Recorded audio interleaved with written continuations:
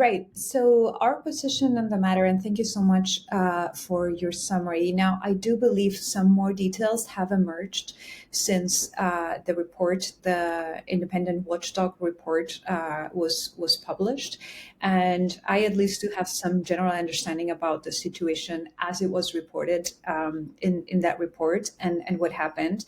And the details are not important, but basically there was a kind of a hostage kind of situation in regards to the toddler, where the police at least felt that the mother was holding some scissors to the toddler, but they didn't really understand why. She was a loving mother by all accounts beforehand. It seems like she was probably having some kind of mental health breakdown, like all evidence seemed to point to that. But when the police got there, they did try to find a Spanish officer, but apparently no Spanish officer was available. And the question that we have at STIBC is, why did nobody think of calling an interpreter? Because I realized the situation wasn't quite right for a phone interpreter, because there was a lot of chaos, different people, different actors involved, a developing situation.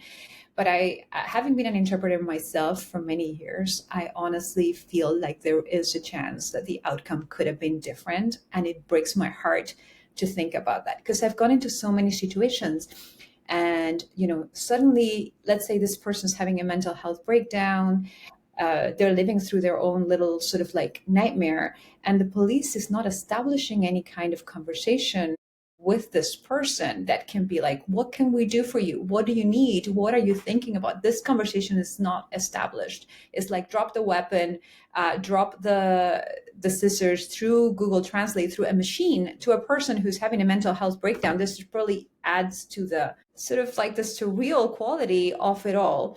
And my point earlier was, when you go into a situation as a human interpreter, and often people are having a hard time for whatever reason, it's court, it's medical, it's whatever, you can immediately see the energy in the room changes completely, because this person realizes, now here's someone who understands me, and now a conversation can be established.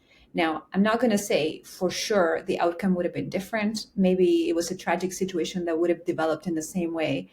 But it really breaks my heart. And I find it astonishing that the RCMP didn't think, let's call in an interpreter if we don't have a Spanish officer, and then we can establish a conversation. I feel like that should be the minimum standard. And I cannot understand why that did not happen.